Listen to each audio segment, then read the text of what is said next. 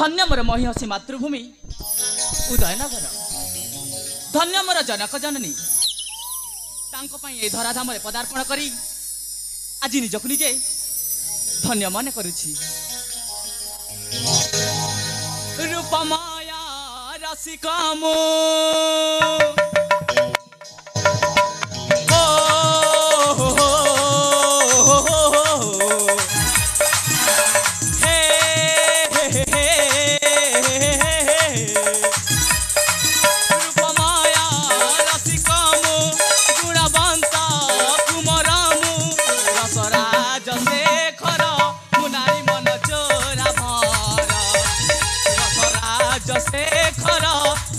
मन चोरा भार रूपमाया रसिकामु गुणवंत कुमरामु रसराज शेखर मुनारी मन चोरा भार रसराज शेखर युवती मन चोरा भार।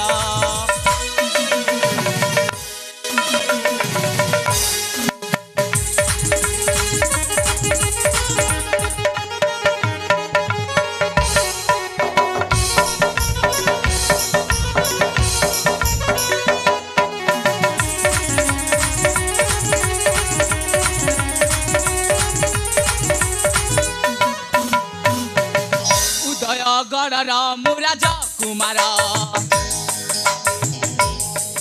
उदयगढ़ रामु राजा कुमार विजय सेन अटंती मो पियर पूर्ण यौवन सत्य भाग्यवान पुनि जानकी चंचल मन प्राण सुरेखा प्रिय सुत विनय नामे नामित हासे देवेन्द्र छार मुनारी मन चोरा भर रसराज शेखर युवती मन चोरा भर रूपमय रसिकमु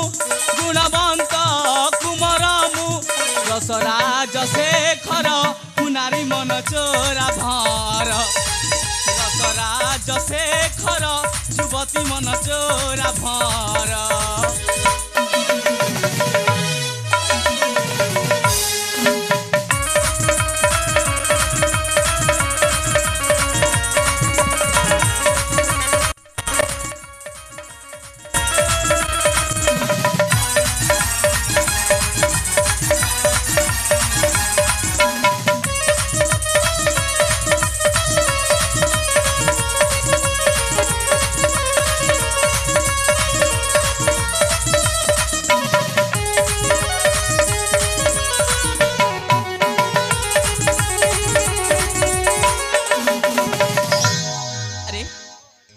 एते बेला हो गला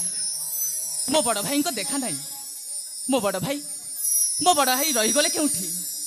बड़ भाई ए बड़ भाई